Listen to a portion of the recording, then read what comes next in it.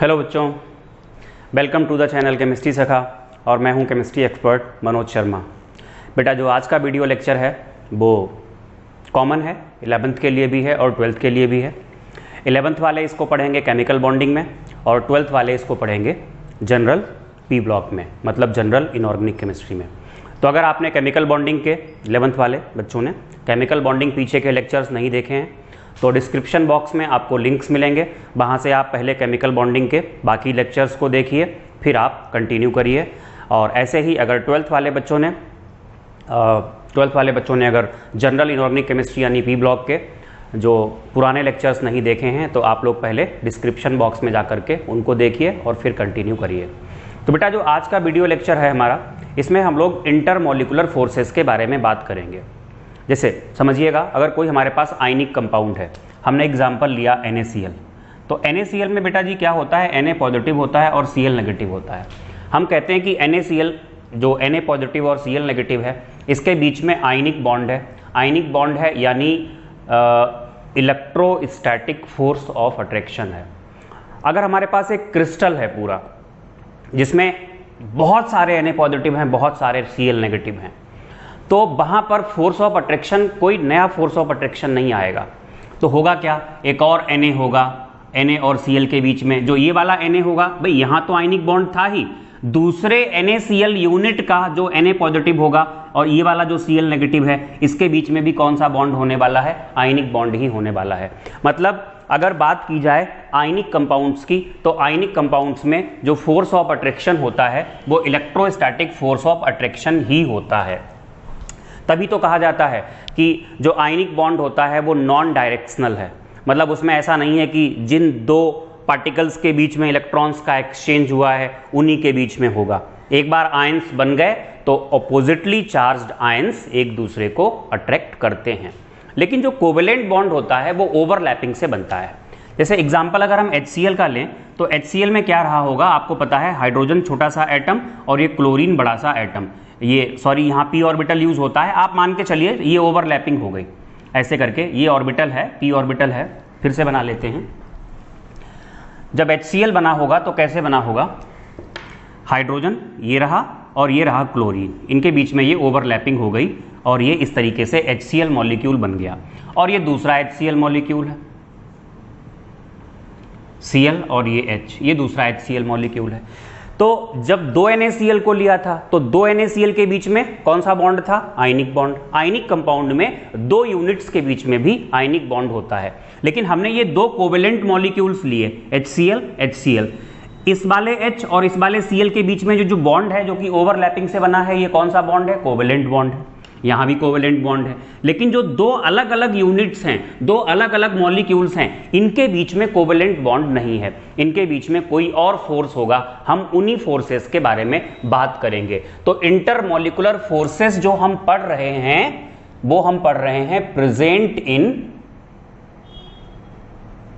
Covalent compounds. ये covalent compounds के पढ़ रहे हैं, आयनिक कंपाउंड्स के नहीं पढ़ रहे हैं। आयनिक कंपाउंड्स में तो ऑलरेडी क्लियर है कि वो आयनिक बॉन्ड ही होगा। दो यूनिट्स के बीच में भी, चाहे 1000 यूनिट हो, जितनी भी यूनिट्स होंगी, सबके बीच में जो फोर्स ऑफ अट्रैक्शन होगा वो आयनिक बॉन्ड ही होगा। तो लिखिएगा, पहले दो लाइनें लिखिए। In ionic compounds between two units the force of attraction is ionic bond, that is electrostatic force of attraction. फिर लिखे नई लाइन से, but in covalent compounds there is no covalent bond between two molecules. There is no covalent bond between two molecules. Full stop के बाद फिर लिखिएगा, the force of attraction exists between two molecules of same covalent substance, between two molecules of same covalent substance or between two molecules of different substances, different covalent substances is called intermolecular force. Is called intermolecular force. तो covalent compound हैं, चाहे वो दो molecule same substance के हों या अलग अलग सब्सटेंसेस के हों, उनके बीच जो फोर्स ऑफ अट्रैक्शन होगा उसको हमने इंटरमॉलिक्यूलर फोर्स कहा। अच्छा, जो force with in the molecule होता है, एक ही मॉलिक्यूल के दो एटम्स के बीच में, उसको इंट्रामॉलिक्यूलर कहते हैं। मेरे ख्याल से आज का टॉपिक आपको क्लियर हो गया होगा कि हम क्या पढ़ने वाले हैं। अगर हम आयनिक कंपाउंड की दो यूनिट्स को लें तो दो यूनिट्स के बीच में जो फोर्स ऑफ अट्रैक्शन होगा वो आयनिक बॉन्ड ही होगा, लेकिन कोवेलेंट कंपाउंड्स में दो मॉलिक्यूल्स के बीच में जो फोर्स ऑफ अट्रैक्शन होता है वो कोवेलेंट बॉन्ड नहीं होता है। वो क्या होता है इसी को हम पढ़ेंगे। ये उन्हीं को पढ़ने के लिए हमने हेडिंग डाली है intermolecular forces present in covalent compounds. तो ये फोर्सेस क्या क्या हो सकते हैं, लिखे हुए हैं नाम। डाइपोल डाइपोल, जिसको हम लोग कीसम फोर्स भी कहते हैं। आयन डाइपोल, हालांकि ये अलग है, ये दो कोवेलेंट मॉलिक्यूल्स के बीच में नहीं है, थोड़ा अलग है, लेकिन कहीं तो पढ़ना ही पड़ेगा, तो इसलिए यहां पर इसको हम पढ़ लेंगे। डाइपोल, इंड्यूस्ड डाइपोल को हम लोग डिबाई फोर्स भी कहते हैं, इसके बारे में बात करेंगे हम। आयन इंड्यूस्ड डाइपोल, ये भी दो मॉलिक्यूल्स के बीच नहीं होता है, लेकिन इसको पढ़ेंगे हम यहीं पे। डिस्पर्जन फोर्स, ये इसी टाइप का फोर्स है। और इसके अलावा एक होता है हाइड्रोजन बॉन्ड। हाइड्रोजन बॉन्ड अपने आप में ही बहुत बड़ा है, इसका हम अलग ही लेक्चर बनाएंगे। मतलब इस वाले लेक्चर में हम लोग इन 5 फोर्सेस के बारे में पढ़ने वाले हैं। तो शुरुआत करेंगे हम डाइपोल से। बहुत ज़्यादा डिटेल में नहीं पढ़ेंगे, जितने की हमें ज़रूरत है उतने के बारे में ही हम बात करेंगे। तो इन सबको आप लिख लीजिएगा और फिर आप हेडिंग डालिएगा डाइपोल अट्रैक्शन, या इसका दूसरा नाम क्या है, साइंटिस्ट के नाम के ऊपर है, कीसम फोर्स।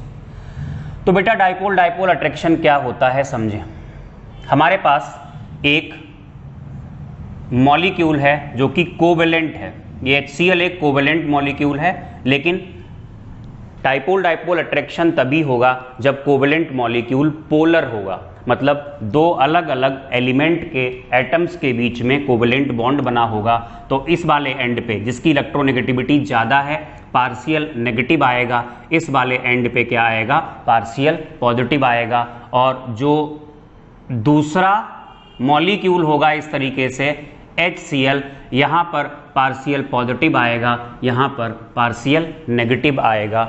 इस तरीके से आप ये पाएंगे कि negatively charged end of one molecule attracts the positively charged end of other molecule. इस फोर्स को हम कहते हैं डाइपोल अट्रैक्शन। ये जो बना है, जो डिवाइस बनी है, ये डाइपोल है, ये डिवाइस भी क्या है, डाइपोल है। और दो डाइपोल्स के ऑपोजिटली चार्ज्ड एंड्स के बीच में जो फोर्स ऑफ अट्रैक्शन होता है उसे हम डाइपोल अट्रैक्शन कहते हैं।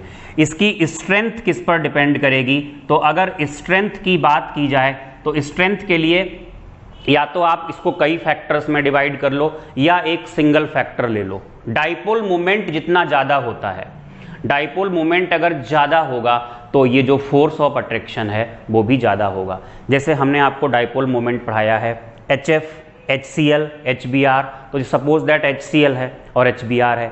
HCl और HBr में डाइपोल मोमेंट HCl का ज़्यादा होता है, तो डाइपोल मोमेंट HCl का ज़्यादा है तो ये फोर्स ऑफ अट्रैक्शन कहाँ पर ज़्यादा होगा, HCl में ज़्यादा होगा। या in other words dipole moment ज़्यादा कब होता है, जब इस बॉन्ड में पोलैरिटी ज़्यादा हो। इस बॉन्ड में पोलैरिटी कैसी हो, ज़्यादा। और पोलैरिटी ज़्यादा तब आएगी जब इलेक्ट्रोनेगेटिविटीज़ में अंतर ज़्यादा होगा, इलेक्ट्रोनेगेटिविटीज़ में डिफरेंस ज़्यादा होगा। तो इलेक्ट्रोनेगेटिविटीज़ में जब डिफरेंस ज़्यादा होगा यानी इस बॉन्ड की पोलैरिटी ज़्यादा होगी, बॉन्ड की पोलैरिटी ज़्यादा होगी तो मींस डाइपोल मोमेंट भी ज़्यादा होगा, और ऐसे केस में जो इसकी स्ट्रेंथ होगी वो ज़्यादा होगी। वैसे भी हमने आपको बताया था कि डाइपोल मोमेंट दो फैक्टर्स पे, dipole moment mu is equal to होता है, mu is equal to q into r होता है। जनरली ये फैक्टर मैटर नहीं करता है, ये फैक्टर मैटर करता है। हालांकि HCl से HBr जाओगे तो R तो बढ़ जाएगा, R बढ़ने के बाद भी म्यू घटता है क्योंकि Q घट जाता है, पोलैरिटी ऑफ बॉन्ड घट जाती है ब्रोमीन की इलेक्ट्रोनेगेटिविटी के घटने की वजह से। तो डाइपोल अट्रैक्शन में आप इनको बनाइएगा और फिर लिखिएगा this force of attraction is present in polar covalent, this force of attraction is present between polar covalent molecules, between polar covalent molecules. Full stop के बाद negatively charged end of one molecule, positive से भी start कर सकते थे, negatively charged end of one molecule attracts the positively charged end of other molecule, it is called dipole dipole attraction. Full stop के बाद strength of dipole dipole attraction depends on polarity of bond, depends on polarity of bond। Full stop के बाद लिखें more the difference in electronegativities of two atoms, comma लगा के, more the polarity of bond and more the strength of dipole dipole attraction. तो एक तो ये हो गया बेटा जो था डाइपोल डाइपोल, ये हम लोगों ने खत्म कर लिया। दूसरा है आयन डाइपोल। देखो आयन डाइपोल को समझिएगा, ये एग्जैक्टली दो मॉलिक्यूल्स के बीच में नहीं होता है, कहाँ पे होता है, लेकिन कुछ ना कुछ प्रॉपर्टीज़ को ये भी समझाएगा। वैसे भी केमिस्ट्री में हम जो कॉन्सेप्ट्स लेते हैं वो प्रॉपर्टीज़ को एक्सप्लेन करने के लिए ही लेते हैं। तो आयन डाइपोल क्या है जरा इस बात को समझें। जैसे कोई आयनिक कंपाउंड है, आयन डाइपोल, पहले हम हेडिंग डाल लेते हैं, आयन डाइपोल, ये हमने हेडिंग डाली और फिर हमने एग्जाम्पल लिया व्हेन NaCl, NaCl जो कि एक आयनिक कंपाउंड है, इज डिसॉल्व्ड इन वाटर। अगर इसे हम पानी में डिसॉल्व करें तो क्या होता है, NaCl टूट जाता है, Na प्लस Cl माइनस, और साथ में यहाँ पर वाटर होता है, तो पानी इसके चारों तरफ इकट्ठा होता है, तो जो Na+ बनेगा वो कौन सा बनेगा, वो एक्वस बनेगा। एक्वस का मतलब पानी में घुला हुआ है, पानी इसके चारों तरफ जुड़ा हुआ है, एक्वस, और ये aqueous.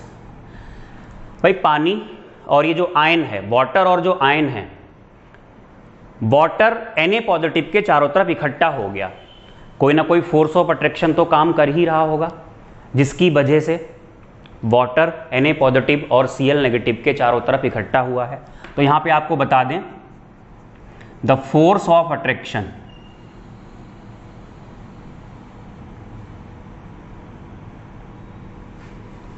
Between, force of attraction between ions and water is ion dipole attraction. कैसे, हम आपको बताते हैं। ये Na पॉजिटिव है, आप मान के चलिए कि इस पूरे पर पॉजिटिव चार्ज जो है वो प्रेजेंट है, पॉजिटिव चार्ज का एक क्लाउड बना हुआ है, और वाटर एक डाइपोलर मॉलिक्यूल होता है। वाटर में जो ऑक्सीजन होता है, ऑक्सीजन पर पार्शियल नेगेटिव और हाइड्रोजन पर पार्शियल पॉजिटिव होता है। तो जो नेगेटिव वाला पार्ट है इस तरीके से H, ये तो पार्शियल पॉजिटिव हो गया और ऑक्सीजन पे हो गया पार्शियल नेगेटिव, तो ये आयन हो गया, और ये चीज़ क्या हो गई, वाटर क्या हो गया, डाइपोल। तो इसका नेगेटिव वाला एंड और इसका तो पूरा पॉजिटिव क्लाउड है ही, पॉजिटिव और नेगेटिव के बीच में अट्रैक्शन लगता है, इसको हम कहेंगे आयन डाइपोल अट्रैक्शन। ध्यान देना, इस तरीके से क्या होगा, चारों तरफ बहुत सारे मॉलिक्यूल्स इकट्ठे हो जाएंगे। 4 मॉलिक्यूल ही हम यहाँ पे दिखा रहे हैं, केवल इतनी जगह है नहीं, partial positive, partial positive, partial negative, और यहाँ पे भी ले लेते हैं OH पार्शियल पॉजिटिव, और ये हो गया पार्शियल नेगेटिव। तो ये जो अट्रैक्शन होगा इस तरीके से दिखा दिया जाता है कि ये वाटर के मॉलिक्यूल्स इसके Na पॉजिटिव के चारों तरफ इकट्ठे हो जाते हैं, और जो फोर्स ऑफ अट्रैक्शन होता है वो क्या होता है, आयन डाइपोल। अगर आप Cl नेगेटिव को लोगे तो Cl नेगेटिव आयन के चारों तरफ जो क्लाउड होगा वो नेगेटिव चार्ज का क्लाउड होगा। नेगेटिव चार्ज इनको अट्रैक्ट करेगा, H को। ये हमने एक मॉलिक्यूल ले लिया, पार्शियल पॉजिटिव पार्शियल नेगेटिव। इस तरीके से ये दूसरा मॉलिक्यूल,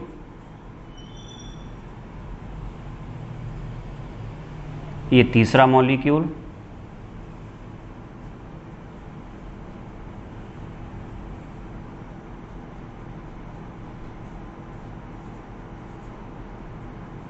इस तरीके से। तो ये आयन डाइपोल अट्रैक्शन होता है। तो जब भी कोई आयनिक कंपाउंड या पोलर कोवेलेंट कंपाउंड भी आप ले लो, जैसे HCl को पानी में डालते हो, HCl पानी में जब डालते हो तो वाटर कैसा होता है? डाइपोलर। हालांकि HCl भी डाइपोलर है। तो वाटर क्या करता है? वाटर का जो डाइलेक्ट्रिक कांस्टेंट होता है वो बहुत ज़्यादा होता है, उस वजह से वो HCl को तोड़ देता है H पॉजिटिव और Cl नेगेटिव में।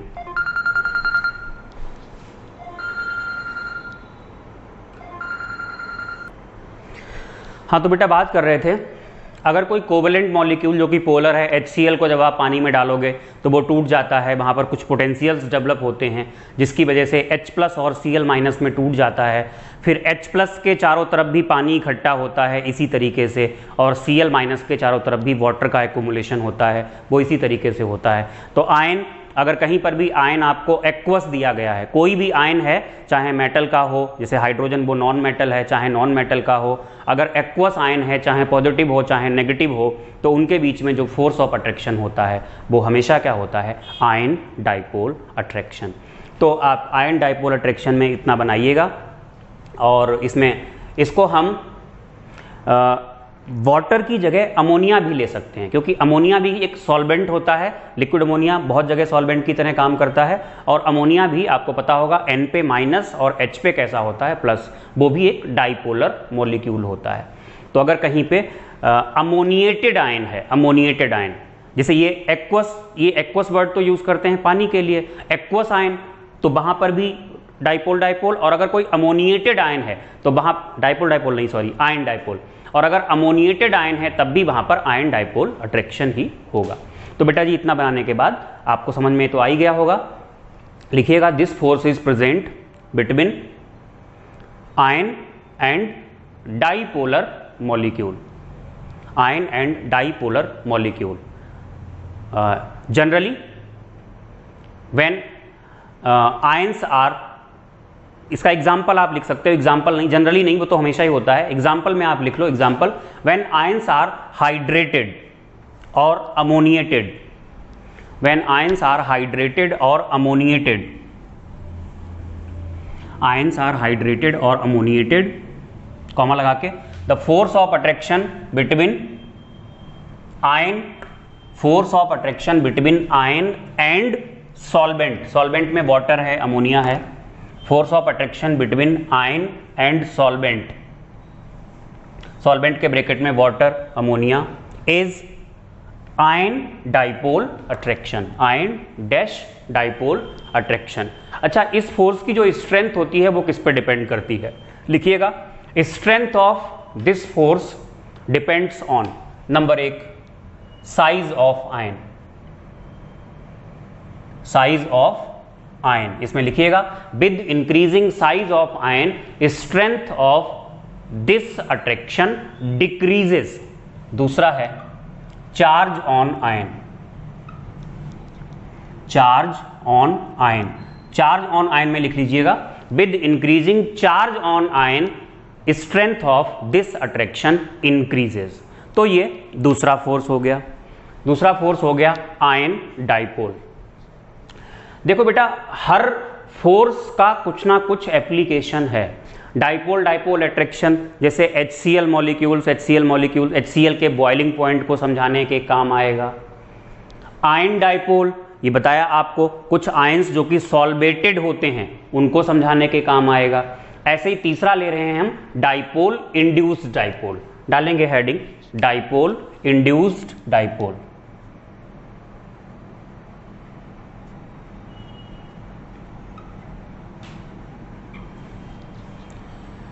बताते हैं आपको जो इनर्ट गैसेस होती हैं,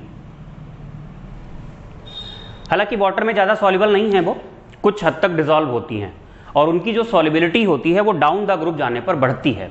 मतलब हीलियम कम डिसॉल्व होती है, नियॉन उससे ज़्यादा, आर्गन उससे ज़्यादा। इसको समझाने के लिए ये फोर्स लिया गया। तो देखो बेटा, when inert gas is dissolved in water, जब पानी में डिसॉल्व करते हैं तो क्या होता है। अब जो वाटर का मॉलिक्यूल है वो तो आपको पहले से ही पता है, हमने इस तरीके से ले लिया H, इस तरीके से चलो ले लेते हैं H2O, यहां ले लेंगे, ये हमने इधर की तरफ H2O लिया, इस पर पार्शियल पॉजिटिव हो गया और इस वाले एंड पे कैसा हो गया, पार्शियल नेगेटिव। तो ये मॉलिक्यूल तो डाइपोल है ऑलरेडी। इनर्ट गैस का मॉलिक्यूल था, इनर्ट गैस का मॉलिक्यूल सॉरी होता ही नहीं, एटम था। इनर्ट गैस का जो एटम था वो तो सिमेट्रिकल, उस पर कोई चार्ज तो होता नहीं है, वो डाइपोल तो होता नहीं है। लेकिन ये जो डाइपोल है इस पर पॉजिटिव चार्ज जो होता है, वो पॉजिटिव चार्ज क्या करता है, इनर्ट गैस के एटम, अभी हमने ऐसा मान लिया, ऐसा था बिल्कुल, इलेक्ट्रॉन डेंसिटी हम सिमेट्रिकल मान के चल रहे हैं, ये न्यूक्लियस मान के चल रहे हैं, ये इलेक्ट्रॉन मान के चल रहे हैं, सिमेट्रिकली डिस्ट्रीब्यूटेड है।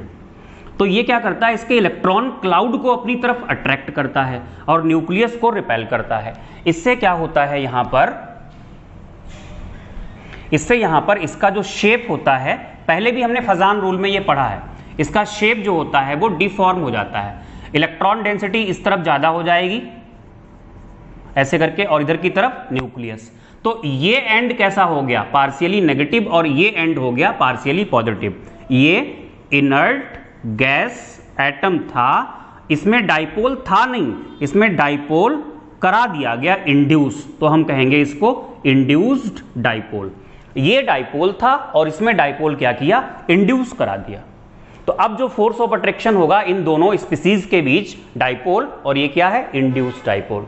तो इस फोर्स ऑफ अट्रैक्शन को हम कहेंगे dipole induced dipole attraction. Strength किस पे डिपेंड करती है, ये जो इनर्ट गैस के साथ हुआ, भाई इनर्ट गैस को अगर हम पानी में डिसॉल्व कर रहे हैं और उसकी सॉल्युबिलिटी को चेक कर रहे हैं, तो पानी तो हर बार कांस्टेंट है, तो इसके बारे में तो हम कोई बात ही नहीं करेंगे। हम बात करेंगे इनर्ट गैस के बारे में।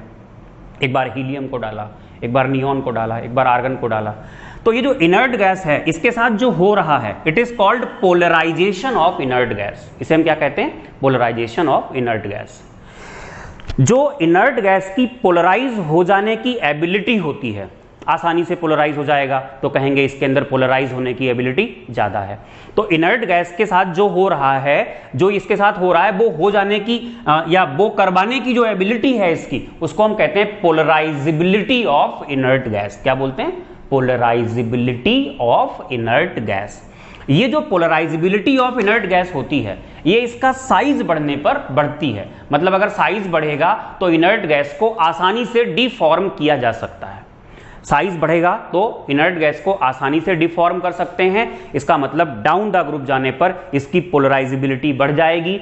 पोलराइजिबिलिटी बढ़ने से क्या होगा, इसको पोलराइज करना आसान हो जाएगा, या ज्यादा पोलराइज कर सकेंगे, ज्यादा नेगेटिव ज्यादा पॉजिटिव जनरेट कर सकेंगे। इससे क्या होगी, स्ट्रेंथ ऑफ दिस अट्रैक्शन बढ़ेगी। और यही वजह होती है कि जब हम डाउन द ग्रुप जाते हैं इनर्ट गैसेस में, तो उनकी जो सॉल्युबिलिटी होती है वाटर में वो बढ़ जाती है। सॉल्युबिलिटी बढ़ने की वजह हो गई कि डाइपोल, इंड्यूस्ड डाइपोल जो फोर्स है उसकी स्ट्रेंथ का बढ़ जाना।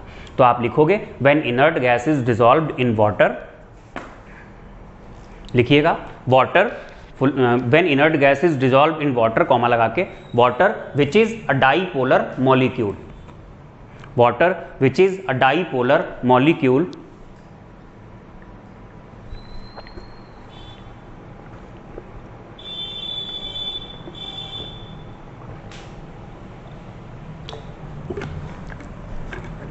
induces dipole in inert gas atom, induces dipole in inert gas atom, and force of attraction between oppositely charged ends of water and inert gas, water and inert gas is called dipole, induced dipole attraction. Full stop के बाद this deforming of shape of inert gas, this deformation लिखिए ज़्यादा अच्छा रहेगा word, this deformation of shape of inert gas is called polarization of inert gas, and the ability of inert gas to be polarized, ability of inert gas to be polarized is called polarizability of inert gas, is called polarizability of inert gas. Full stop के बाद on moving down the group, size of inert gas increases, comma, its polarizability increases, that is more polarization of inert gas take place on moving down the group, more polarization of inert gas take place, फिर comma लगा के strength of dipole induced dipole attraction increases,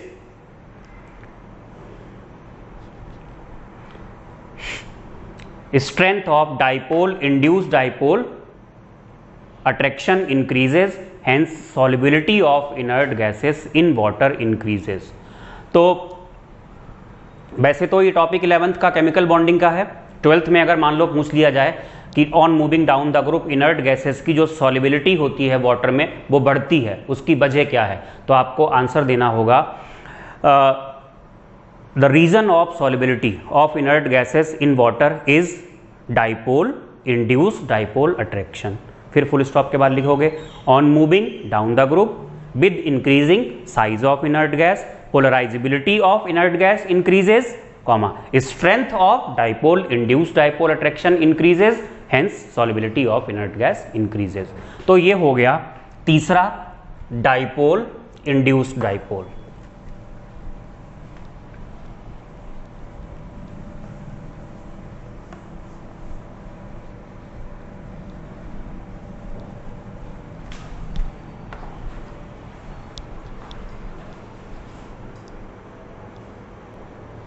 next है बेटा fourth ion induced dipole. देखो एक example लिया गया है, नाइट्रेट आयन है, नाइट्रेट आयन NO3, इस पे चार्ज कैसा होगा माइनस, तो ये तो आयन हो गया, बहुत ज़्यादा एप्लीकेशन है नहीं इसका, ये आयन हो गया, इस पर जो चार्ज है नेगेटिव है तो इलेक्ट्रॉन क्लाउड होगा, मतलब नेगेटिव चार्ज का क्लाउड होगा. और एक आयोडीन मॉलिक्यूल लिया गया, ये ऑब्जर्व किया गया है, तो आयोडीन जो होता है वो तो सेम एटम्स हैं, ना तो बॉन्ड पोलर है ना मॉलिक्यूल पोलर है, जब बॉन्ड पोलर नहीं है तो मॉलिक्यूल तो पोलर हो ही नहीं सकता. तो ये नेगेटिव जो क्लाउड होता है वो क्या करता है, इलेक्ट्रॉन्स को रिपेल करता है, रिपेल करता है, तो इससे क्या होता है यहाँ पर पार्शियल नेगेटिव और यहाँ पर पार्शियल पॉजिटिव चार्ज जनरेट हो जाता है. और इस तरीके से नाइट्रेट आयंस और आयोडीन मॉलिक्यूल के बीच में जो फोर्स ऑफ अट्रैक्शन लगेगा वो ये आयन था और यहाँ डाइपोल था नहीं, इसको हम कहते हैं इंड्यूस्ड डाइपोल. तो इस तरीके से आयन और induced dipole force of attraction होगा. तो अगर आपसे कोई पूछे कि नाइट्रेट आयन और आयोडीन मॉलिक्यूल के बीच में जो फोर्स ऑफ अट्रैक्शन है वो क्या है, तो वो होगा आयन इंड्यूस्ड डाइपोल. इसकी जो स्ट्रेंथ होती है 2-3 फैक्टर्स पे डिपेंड करेगी, वही number 1 charge on ion, charge on ion में आप लिखिएगा increases with increasing charge, increases with increasing charge. तो चार्ज ऑन आयन में आप लिखेंगे increases with increasing charge on ion. दूसरा मॉलिक्यूल आपने लिया है जो कि नॉन पोलर था, भाई इसमें इसका तो पोलराइजेशन हो रहा है, मतलब इसके केस में हम पोलराइजेबिलिटी देखेंगे। अगर इसकी पोलराइजेबिलिटी ज्यादा होगी तो आसानी से पोलराइज हो जाएगा, और पोलराइजेबिलिटी ज्यादा तब होती है जब साइज ज्यादा होता है। तो आप यहां पर लिख दीजिएगा size of atoms of non polar molecule.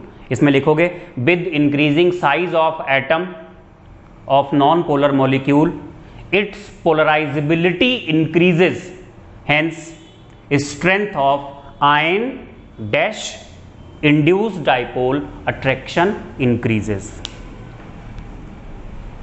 तब हम जो आज के लेक्चर का आखिरी है वो है 5th डिस्पर्जन फोर्स, उसके बारे में बात करेंगे। देखिए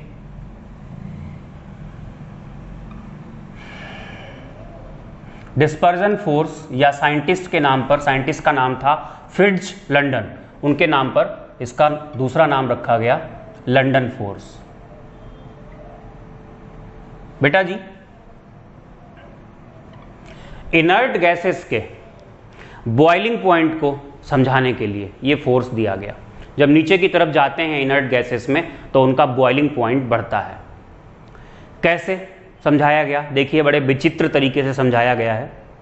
ये बोला गया कि इनर्ट गैस का एक एटम था, अब एटम तो सिमेट्रिकल है, हर तरफ से न्यूट्रल माना जाता है। एक एटम था, इलेक्ट्रॉन्स घूमते घूमते क्या हुआ, एक तरफ इलेक्ट्रॉन डेंसिटी ज़्यादा हो गई और एक तरफ इलेक्ट्रॉन डेंसिटी कम हो गई। ये माना गया, एज्यूम किया गया, एजम्पशन है कि जब इलेक्ट्रॉन्स घूम रहे थे, शेल्स में घूम रहे थे, या न्यूक्लियस के चारों तरफ इलेक्ट्रॉन क्लाउड था, तो वो तो रोटेट करता रहता है, इलेक्ट्रॉन क्लाउड घूमता रहता है। घूमते घूमते ऐसा कुछ हुआ कि एक तरफ इलेक्ट्रॉन डेंसिटी बढ़ गई और एक तरफ इलेक्ट्रॉन डेंसिटी कम हो गई। तो ये हमने एक एटम मान लिया।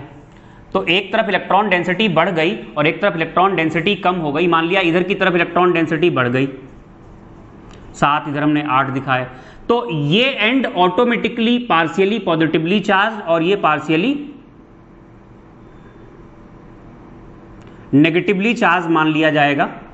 इस तरीके से ये न्यूक्लियस, तो ये एक डाइपोल बन गया। और जो डाइपोल बना वो कैसे बना? एट रैंडम, अपने आप ही बन गया, इंड्यूस नहीं कराया किसी ने, ना पहले से डाइपोल था। तो एक पर्टिकुलर इंस्टेंट के लिए, एक पल के लिए यहां पर डाइपोल बन गया। तो इसको हम कहते हैं इंस्टेंटेनियस डाइपोल। और फिर क्या होता है, ये जो इंस्टेंटेनियस डाइपोल जिस टाइम के लिए, जितनी ड्यूरेशन के लिए बना, उतनी ड्यूरेशन में ये दूसरे एटम में डाइपोल इंड्यूस भी करा देता है। इंड्यूस कराएगा तो इधर की तरफ न्यूक्लियस आ जाएगा और इधर इलेक्ट्रॉन डेंसिटी कैसी होगी? ज्यादा। तो ये पार्शियली नेगेटिव, 1 2 3 4 5 6 7 ले लिए हमने, और यहां पर पार्शियल पॉजिटिव ले लिया। तो ये इंड्यूस कराया, इंड्यूस डाइपोल। तो हुआ क्या? भगवान की कृपा से, मतलब ऑटोमेटिकली एक ऐसा इंस्टेंट बना जहां पे डाइपोल बन गया। इसको हमने क्या कहा? Instantaneous dipole.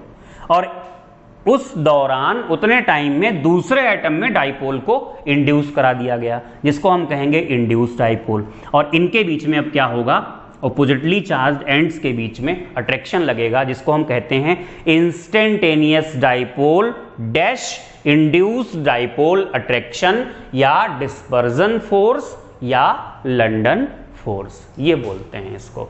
और स्ट्रेंथ किस पर डिपेंड करेगी भाई? सीधी सी बात है, पोलराइजेबिलिटी देखी जाएगी। With increasing size of inert gas इसकी पोलराइजेबिलिटी बढ़ेगी, तो ये जो फोर्स बन रहा है यहाँ पर, इसकी स्ट्रेंथ बढ़ जाएगी। और इन जब पार्टिकल्स के बीच में फोर्स ऑफ अट्रैक्शन बढ़ जाएगा तो इनका जो बॉइलिंग पॉइंट होगा वो भी बढ़ेगा। तो बनाइएगा, लिखिए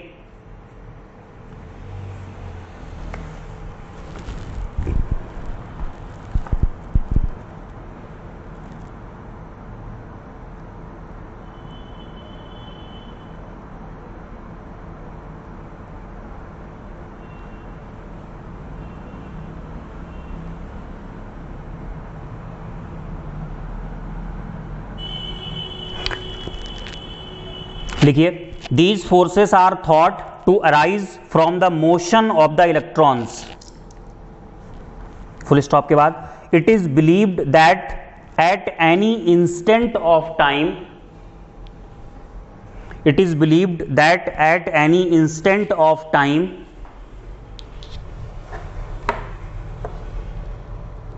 the electron cloud of the molecule may be distorted so that an instantaneous dipole or momentary dipole is produced. Full stop के बाद the momentary dipole induces dipole in the neighboring molecule, induces the dipoles in the neighboring molecules. Full stop के बाद these are then attracted to each other exactly in the same way as the permanent dipoles. लिखें full stop के बाद, इसकी language आपको book से लिखाई है, लिखिएगा this force of attraction is called instantaneous dipole dash induced dipole और डिस्पर्जन फोर्स और लंडन फोर्स। फिर लिखें नई लाइन से, strength of this force depends on polarisability of inert gas, polarisability of inert gas. लिखें फुल स्टॉप के बाद, with increasing size of inert gas it's polarisability increases, hence strength of this force also increases and boiling point of inert gases increases. तो बेटा ये हो गया। अच्छा आपको बता दें, यहीं पे एक नोट लिखा दें, ये कुछ फोर्सेस हैं, इनको मिला के हम वेंडरवॉल फोर्स भी कहते हैं, उसमें मेन ये माना गया है। कौन कौन से हैं लिखिएगा नोट में, डाइपोल नंबर 1, डाइपोल, दूसरा dipole induced dipole,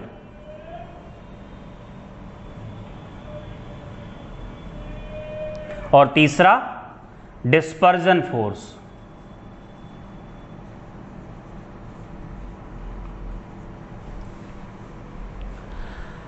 are also known as, ये लिखा है van der Waal forces, are also known as van der Waal forces. बेटा इंटरमोलिकुलर फोर्सेस में एक बचा हाइड्रोजन बॉन्ड, जो अपने आप में बहुत बड़ा टॉपिक है, इसका हम अलग से ही लेक्चर बनाएंगे। ये हाइड्रोजन बॉन्ड वाला लेक्चर भी कॉमन होगा 11th की केमिकल बॉन्डिंग के लिए और 12th के जनरल इनऑर्गेनिक केमिस्ट्री के लिए। तो इसके लिए हम नए लेक्चर में बात करेंगे। वीडियो अगर आपको अच्छा लगा हो तो प्लीज़ लाइक करिए, शेयर कीजिए, चैनल को सब्सक्राइब कीजिए पूरी केमिस्ट्री देखने के लिए, और कमेंट बॉक्स में अपना नाम दीजिए, सजेशंस दीजिए। Thank you for watching.